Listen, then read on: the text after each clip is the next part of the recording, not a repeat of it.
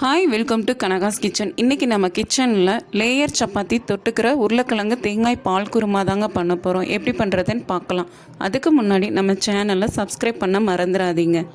Layer chapati பண்ணுறதுக்கு ஒரு 250 gram கோதுமை மாவே எடுத்தாச்சு. இப்போ அதை நல்லா பெசரி எடுத்துக்கலாம். 2 ஸ்பூன் எண்ணெய், ஒரு அரை ஸ்பூன் ஜீனி, தேவையான அளவு உப்பு.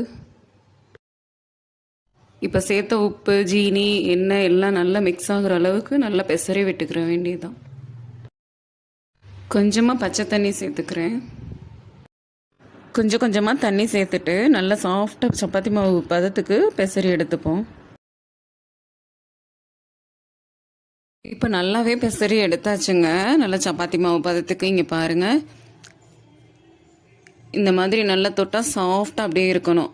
அந்த அளவுக்கு பிசைஞ்சால் போதும்.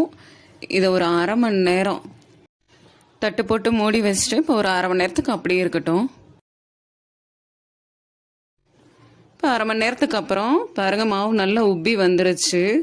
நல்லா தொட்டாலே சாஃப்டாக இருக்குது. இப்போ இதை தேவையான சைஸில் உருண்டை போட்டுக்கலாம். இந்த சைஸில் உருண்டை போட்டாச்சு. இந்த மாதிரி லைட்டாக மாவை தூவி நல்லா எல்லா இடத்துலையுமே பரவுற மாதிரி தேய்ச்சிட்டு, நார்மலாக இப்போ சப்பாத்தியெல்லாம் நம்ம தேய்ப்போம் இல்லையா, ரவுண்டாக, அந்த மாதிரி தேய்ச்சி எடுத்துப்போம். ஒரு 1/4 ஸ்பூன் எண்ணெயை இந்த மாதிரி எல்லா இடத்துலையும் பரவுற மாதிரி தடவிட்டு எல்லா இடத்துலையுமே கொஞ்சமாக மாவு தூவி விட்டு அதையும் இதே மாதிரி எல்லா இடத்துலையுமே இந்த மாதிரி தடவி எடுத்துட்டு இந்த மாதிரி மடிச்சுட்டு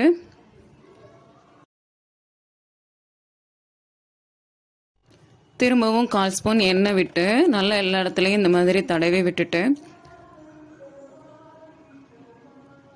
கொஞ்சமாக மாவு தூவி அதையும் இந்த மாதிரி தடவி விட்டுட்டு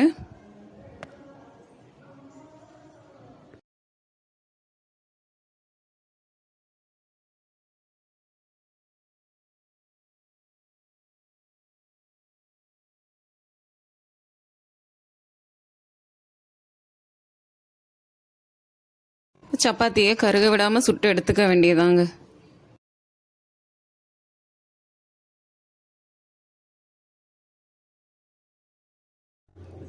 அவ்வளோதான். இப்போ லேயர் சப்பாத்தி ரெடி ஆகிடுச்சு. பாருங்கள், இந்த மாதிரி ஒவ்வொரு லேயராக வரும் பாருங்கள். அவ்வளோதாங்க. இப்போ குருமா வைக்கிறதுக்கு தேவையான பொருள் என்னன்னு பார்த்துக்கலாம். அரை மூடி தேங்காயை திக்காக தேங்காய் பால் எடுத்து வச்சுக்கலாம். 1/4 லிட்டரு தண்ணியில். இந்த சைஸ் வெங்காயத்தை பொடியாக கட் பண்ணி எடுத்துக்கலாம். பெரிய வெங்காயத்தை. இந்த சைஸ் தக்காளியை சின்னதாக கட் பண்ணி வச்சுக்கோங்க. ஒரு 5 வரமிளகாயை விதையை நீக்கிட்டு சின்னதாக கட் பண்ணி எடுத்துக்கலாம். தாளிக்கிறதுக்கு ஒரு சின்னதாக பட்டை, 2 ஏலக்காய், ஒரு கிராம்பு, 4 உருளைக்கிழங்கு. இதை 3 விசில் வச்சு எடுத்துக்கலாம். பாத்திரம் சூடானதும் 3 ஸ்பூன் அளவுக்கு கடலெண்ணெய் சேர்த்துக்கலாம். ஒரு கிராம்பு, ஒரு பட்டை, 2 ஏலக்காய். விதையை நீக்கிட்டு சின்னதாக கட் பண்ண வத்தலை சேர்த்துக்கலாம். ஒரு பெரிய வெங்காயம், அதையும் சின்னதாக தான் கட் பண்ணியிருக்கேன், சேர்த்துக்கலாம். சேர்த்துட்டு ஒரு செகண்ட் வதக்குனா போதும், ரொம்ப வதக்க வேண்டாம். லைட்டாக வதக்கியாச்சு. கட் பண்ண தக்காளியை சேர்த்துக்கலாம். தக்காளியை ஒரு செகண்ட் வதக்குனா போதும், ரொம்ப வேகணும்னு தேவையில்லைங்க. இப்போ உருளைக்கிழங்க 3 விசில் வேக வச்சு எடுத்திருக்கேன்.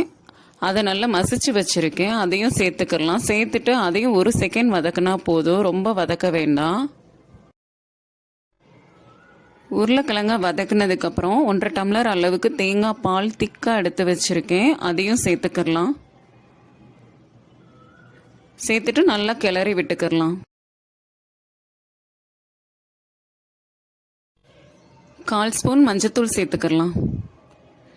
தேவையான அளவு உப்பு. இது எல்லாத்தையும் ஒன்று போல் நல்லா கிளறி விட்டுக்கலாம். கலந்து விட்டதுக்கப்புறம் அடுப்பை நல்லா ஹையில் வச்சுருங்க.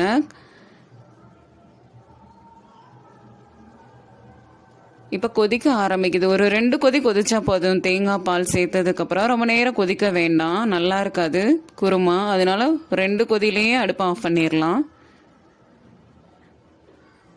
பாருங்கள், இப்போ கொதிக்க ஆரம்பிச்சிருச்சு. நல்லா கொதிக்குது.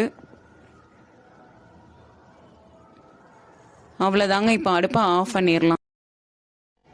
இந்த குருமா சப்பாத்தி, பூரி, இட்லி, தோசை, சாதம் எல்லாத்துக்குமே சூப்பராக இருக்கும். நீங்களும் ட்ரை பண்ணி பாருங்கள். இந்த வீடியோ பிடிச்சதுன்னா லைக் பண்ணுங்கள், ஷேர் பண்ணுங்கள், சப்ஸ்கிரைப் பண்ண மறந்துடாதீங்க.